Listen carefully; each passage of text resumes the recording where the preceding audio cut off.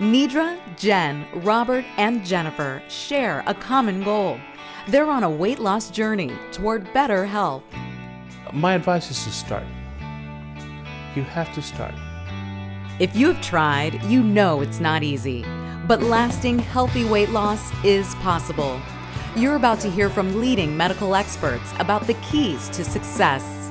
And there's hope because you can take it off slowly and keep it off. You'll also hear from real patients about what it takes to stay on track. Step out of your comfort zone and just go for it.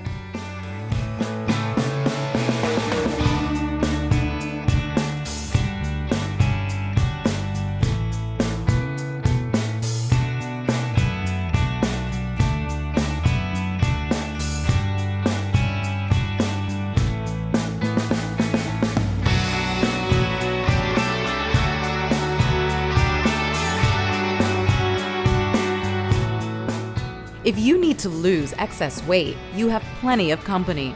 About 2 out of 3 adults in the United States are affected by excess weight or by obesity. Even if they succeed in losing the extra pounds, too often the weight comes back. Obesity is such a chronic disease that patients come in and have lost and gained back weight time and time again. But the people you'll meet in this program have turned a corner with the guidance of healthcare professionals. They're fighting back against the risk of serious health problems linked to extra weight, pound by pound. I think it's very important not only to recognize the need to lose weight, but to recognize that you don't need to lose that much to actually make a difference and impact your health and how you feel.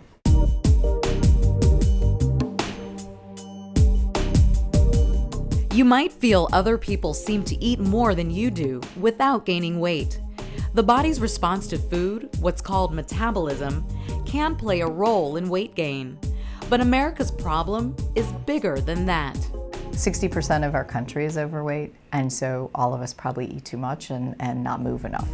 Modern life with its pressures, emotions which lead us to food for comfort, portion sizes that keep getting bigger. Even the medicines we take can cause us to gain weight. It's a combination of factors adding up over time. I think as we get older, we tend to put on more weight, as our genetics also play a role from our parents and grandparents.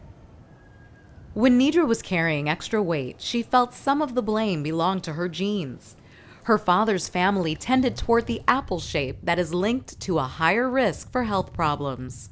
There's this whole family of people with round middles, and as a result, I have a family that has, we have a lot of family members that develop type 2 diabetes and have all the other health problems that are associated with it.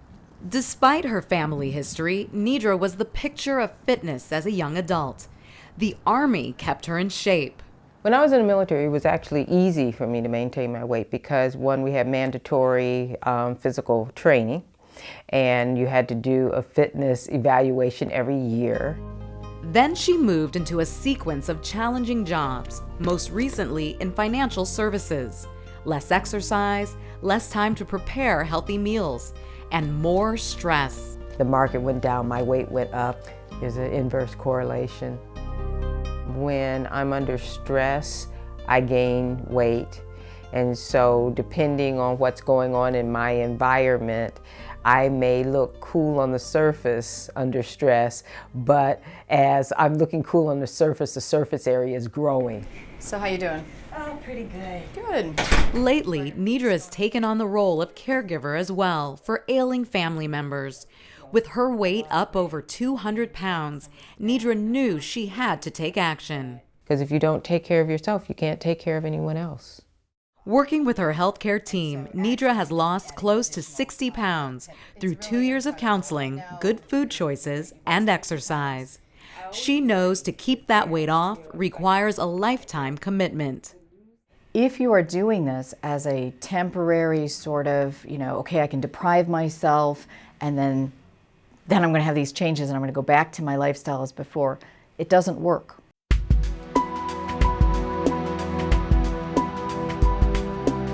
If you weigh yourself often, you know when you're gaining weight. But the scale isn't the only clue. Some people feel uncomfortable in their body. They start feeling more short of breath. They start noticing that they feel more pain. They've been noticing or trying to ignore the fact that their clothes are getting a little tighter. Other ways that people know is when they go to see their doctor, they get their blood checked and they find that their cholesterol's been going up, or maybe now their sugar is borderline, they're pre-diabetic. It's not just about the pounds, it's about your weight in proportion to your height. A calculation called the Body Mass Index, or BMI, is used by healthcare professionals to determine if you're overweight. A BMI between 18.5 and 25 is considered healthy. People between 25 and 30 are classified as overweight. Obesity is defined as a BMI of 30 or higher. Another sign of excess weight is the distance around your waist, measured at the level of your upper hip bone. For men, a waist measurement of 40 inches or more is considered unhealthy. For women, 35 inches or more.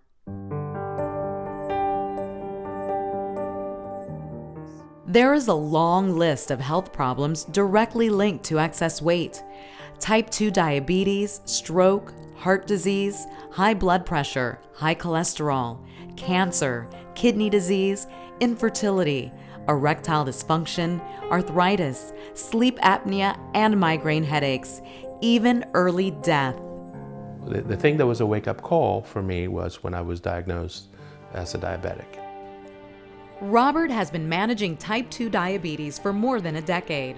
At the same time, he has been trying to manage his weight. It had been creeping up for many years. I was involved in a lot of athletics as a teenager and even into my 20s. So I had a weight that was appropriate for my height. I really started gaining weight as I moved into my work life. Robert's career as an architect meant irregular meals, dining out with clients, and not much time for exercise. And really what happened to me is that I ended up putting about 10 pounds per decade. You said, well, a few pounds, that's okay. And then, a few more pounds, and before you know it, you're in a situation where you're obese. As he approached 280 pounds, Robert's medication for diabetes was not working effectively. His blood sugar levels were no longer under control. So he got serious about a weight loss program. He's already lost 30 pounds. My eating habits are changing. I am exercising regularly, and all these things have led to having very good blood sugars. And so I feel good, I feel healthy, energetic, and I'm very happy, and I'm hoping to continue in this path and get down to my goal weight.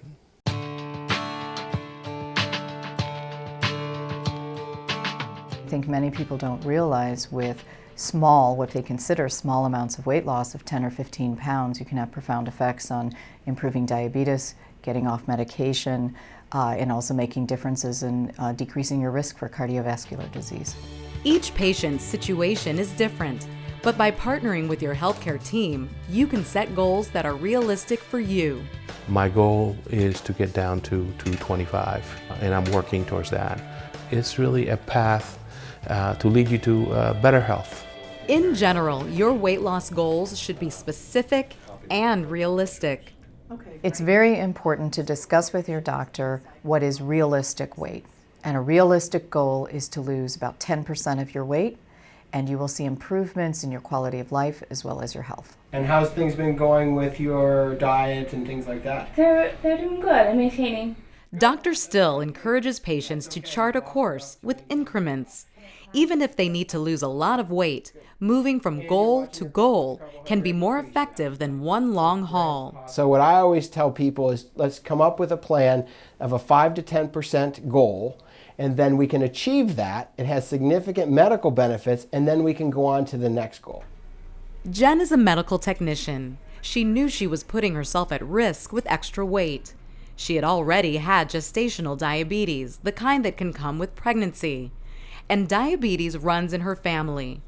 But what finally set her on course was being asked to help coach her daughter's gymnastics team. You know, because little ones look at you and you're big, they think you're always big. And if they think, oh, well, she's teaching me to do something that she's never going to be able to do or never was able to do, that just kind of discredits what I'm trying to teach them. That was 2 years and almost 60 pounds ago. Jen continues to rely on her healthcare team for checkups, information, and motivation. And I also wanted to show you my 5-pound model of fat, okay? And you know, you've taken over 10 of these off on the last couple years and you've kept that off. So you can really see. A lot of times people say, oh, what's 5 pounds when I have 50 to lose? But I hand them that sizable chunk of fat and it becomes real that, you know, I feel different with this off of me. That really stuck home. It was reinforcing and that you're doing a good job, and that's a lot to come off you, and that at one time that was all on your body and weighing you down.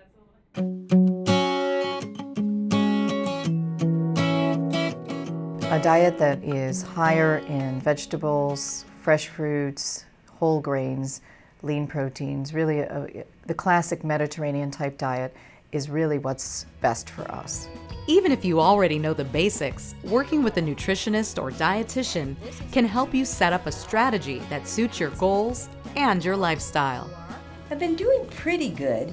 Though the biggest challenge is eating out. I feel that there is no one perfect diet or perfect program. So I interview a patient. I get to know how they eat, the times of the day that they eat, their stressors, their food cravings, how long a workday do they have? Do they have time for meal preparation? Are they dining out? I'm really working on the lifestyle change approach. Your body needs nourishment from all the food groups, carbohydrates, proteins, and fats. But you might need to rebalance how you build a healthy meal. Government guidelines called My Plate can show you how. And 1/4 of the plate can be your grain or your starch type food, 1/4 of the plate your protein food, and half the plate are your fruits and or your vegetables. So that also helps you to reduce your calorie intake and get those healthy fruits and vegetables. And one thing that the My Plate concept does is gives individuals an idea of how to moderate portions as well. Americans are fortunate to live in a land of plenty, but it's also becoming a land of too much. Portion sizes in the United States over the last 20 years have increased tremendously. And what's interesting is that our eyes just get used to it. So what used to be, say, a 12-ounce soda is now 16 and 18 ounces. And so the amount of calories consumed per that quote-unquote portion size has significantly increased over the last 2 decades. Jen has been relearning what a portion size should be with the help of her dietitian, Allison. Even a serving of fruit should be no bigger than a tennis ball. Another way to check portion sizes is on the food label. You might be surprised to learn how many servings you're eating at once. We're package people, so we tend to eat the whole package, but really there may have been 4 or 5 servings for that package that we just ate. The label is also where you will find information about ingredients, so you can balance your meals and make sure you're getting the vitamins and minerals you need. There might not be labels on a restaurant menu, but you can still ask for changes so you can stay on your plan. When there's mashed potatoes or whatever, I say, oh, what are the vegetables you have? Can I order, replace the potatoes with green beans? Substituting high-fiber vegetables is a good idea at home, too. Look for colorful alternatives to white rice, bread, potatoes, and pasta. I recommend that an individual at their dinner meal, for example, cut the pasta in half in a recipe and double the vegetables. That will increase the volume of the meal. It'll look like a satisfying portion, but it'll reduce the calories. Other tips for healthy eating include using smaller plates, taking smaller bites, and putting the fork or spoon down in between bites. That can require a very conscious effort. Well, it's really funny because in my family, everybody ate really fast, so I don't know. I mean, you linger around the table and you talked and things like that, but the eating part was, I don't think we were really slow about it. As Robert learned, eating more slowly gives your mind a chance to catch up to your stomach. Because we eat very quickly. We can have 2 or 3 helpings in that 15 or 20 minutes before our brain even tells us that we're finished. And by the time our brain gets the message that we've eaten, we're actually feeling quite uncomfortable and we've eaten more than we need to at a given meal. Remember that calories add up in beverages too. Drinking your calories is one of my biggest pet peeves because people can drink thousands of calories a day or even a week of empty calories. Check the label on everything you drink. Milk is nutritious, but choose skim or low fat. And remember, fruit juice can be loaded with empty calories from sugar. You know, fruit juice in and of itself might be healthy in a very small quantity, more like 4 ounces, but you are overall much better having actual fruit. Water is always good. An 8-ounce glass of water before each meal can help you feel full. Use the resources your healthcare team has to offer. A weekly or monthly weigh-in can add to your motivation. So can a regular check-in with someone trained to understand the emotional issues we have about food. I think it's important to understand if you are eating when you're upset on a simple level. I think it's important to take a look, am I depressed? Do I have certain situations that are causing me to eat? Another idea is to go ahead and find a support group in your community. It really helps us to feel as though we're not alone. We're not the only one going through this.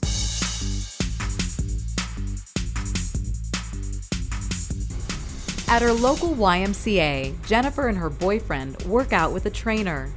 Having lost 50 pounds, she is committed to her healthy new lifestyle after a lifetime of ups and downs. Weight has always been an issue, and of course after I had my daughter, I had gained a lot of weight with that, and I had the hardest time losing it. And in fact, she was 6-7 years old by the time I started to lose weight again. She knew what changes she needed to make, but as a working mom, finding the time to make them was tough. Then I was a single mother, so everything was on me. There was really no time for the extra time for exercise, and I had to find that in my life. So you need to make the time to have your exercise and have a plan for your child while you exercise. Jennifer is also thinking about her daughter's health. Diabetes runs in the family, so she asked for a referral to a weight loss center for the support she needed. So it's definitely good to work with a healthcare team for a strategy because there was different problems and roadblocks that I hit along the way. I had questions, and they're the experts. They're the ones who helped me through it. So if I didn't know what was working or what was not working, they could say why and guide me through. One way your healthcare team can help is figuring out how to step up your activity level without ramping up your calorie consumption. Many people get hungrier when they start exercising, and they compensate without even realizing it because they're hungry. As someone whose job involves working on computers, Jennifer likes using online tools to keep her exercise and eating in balance. And you can also log your exercise so you can see your intake of calories versus how many calories you burn for the day. Jennifer also goes online to find running events in her area. Training for a race is great motivation. You don't have to run a race, but for many people on a weight loss program, the goal is to be active 30 minutes a day, a goal you can work toward with your healthcare provider's supervision. Some people think that, oh, I can't do 30 minutes, so I'm not going to do anything. So just like weight loss expectations, small incremental increase in our energy expenditure or our activity is very helpful. The key is to build on that each day or each week. Jen faced another typical hurdle, feeling self-conscious about her weight. I know it doesn't make sense, but you're heavy going into the gym and you're thinking people are going to look at you like I don't know, like they're really skinny and in shape and fit and you're not. So almost like you didn't belong. So that was hard to overcome. And so your knee bends about 128 degrees? Some people find it helpful to see a physical therapist, especially if they have not been exercising regularly. Many of the people I work with have found benefits from getting physical therapy to become stronger, work on balance issues, feel more confident, and work with pain. That may be a better first step than signing up for a gym, joining a club, getting a trainer. The important thing is to make time, to make exercise a regular part of your life. Once you get going, consider choosing among the many kinds of pedometers available. These devices can encourage you to keep moving by counting your steps. So they just measure objectively how many steps we take in a day's time. And you want to work up to about 8,000 to 10,000 steps, which equates to that 30 minutes over a 24-hour period of time. 7,060 steps. Awesome. Nidra loves heading out for a walk, just about any time and anywhere. I walk because I think walking is the premier exercise because you don't need anything but a pair of shoes. And when the weather's not right for walking, she's ready with a hula hoop.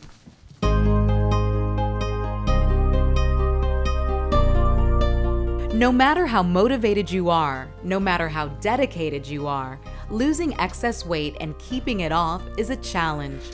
The support of a healthcare team can help keep you on course. The good thing about working with a multidisciplinary team is that I get to talk to on a regular basis to different professionals that can help me navigate the challenges of trying to stay in this process and manage all the challenges that we find in everyday life. Even before your first visit, start keeping a food diary. Write down what you eat and drink, everything you eat and drink, for a week. List the exercise activities you enjoy, any medications you currently take, and any family history of obesity-related conditions such as type 2 diabetes or high blood pressure.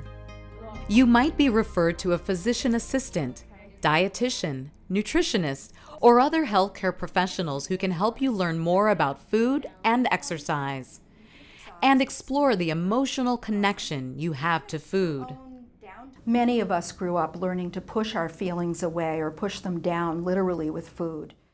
Identifying the triggers that cause you to overeat can help you avoid negative feelings that may get in your way. It's very easy for us to slip into that kind of thinking. This is too hard, it's not fair, everybody else gets to eat the way they want to eat, and so on. But it's really important to say, what's another way I can think about this since I have committed to it and I want to be successful? Working with a healthcare provider, you can also determine whether a medication might help you get started or keep going on your weight loss journey. I did start medication about 6 months into trying to lose weight, and I saw really good results. And it was enough to keep me motivated to keep going with those results. Jennifer has also included medication in her weight loss program. Medications are typically considered only for patients with a BMI over 30 if they have no other health problems, or a BMI over 27 if they have other weight-related conditions such as diabetes, high cholesterol, or high blood pressure. Some medicines work by reducing your feelings of hunger. Some make you feel full sooner, and some block fat from being absorbed by your body. But any medicine is only part of the program. The important thing about the medications is the medications are a tool to work with behavioral changes, lifestyle changes, exercise. None of these medications, you can take the pill and then, whoo, I'm down 50 pounds. It doesn't work that way. The same is true for surgical options. Weight loss surgery, also known as bariatric surgery, requires a lifetime commitment to healthy eating. Bariatric surgery is the physical alteration of the gastrointestinal system.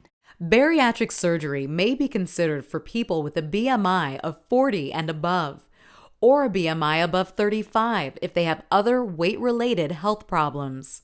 I consider a patient a candidate for bariatric surgery not truly based on their weight, but based on their medical problems, because it is the safest treatment we have for actually, I don't want to say curing, but resolving diabetes, sleep apnea, fatty liver disease, cholesterol that we really never had before.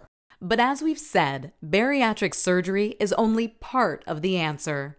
An ongoing healthy lifestyle is essential to the success of the procedure.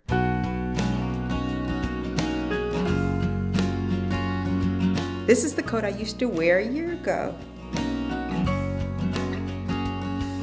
You can lose weight. Everybody can. You just have to have realistic expectations in your outcomes.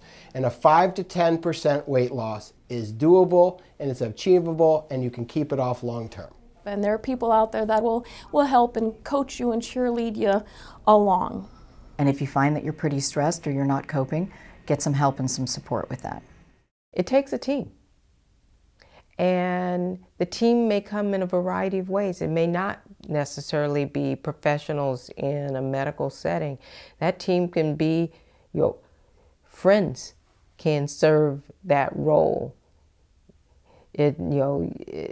Other partners, other people who are who are actually working on the same issue. So there's a lot of different ways to, get that kind of support. Consider finding an ally at work who can join you for a healthy meal in the cafeteria. Make exercise one of the ways you get together with family and friends. Focus on rewarding yourself with an activity instead of food. A big reward for Jen is being able to actively coach her daughter's gymnastics team. And I can keep up with the kids and I can stretch with them instead of telling them to stretch, or jump with them instead of telling them to jump. Jennifer's newfound fitness makes her daughter happy too. She's always my snuggle bug, but one day she put her arms around me and she was like, "Oh, Mom, I can touch all the way around. I can wrap all the way around you." So that made me feel good. There are so many reasons to lose excess weight: your health, your quality of life, and your loved ones. The rewards of losing weight are basically, you feel good, you look good, and it makes you happy. And so the whole point is that this is an individual journey. You have to find what works for you. But the most important thing is that you have to start and you have to keep at it.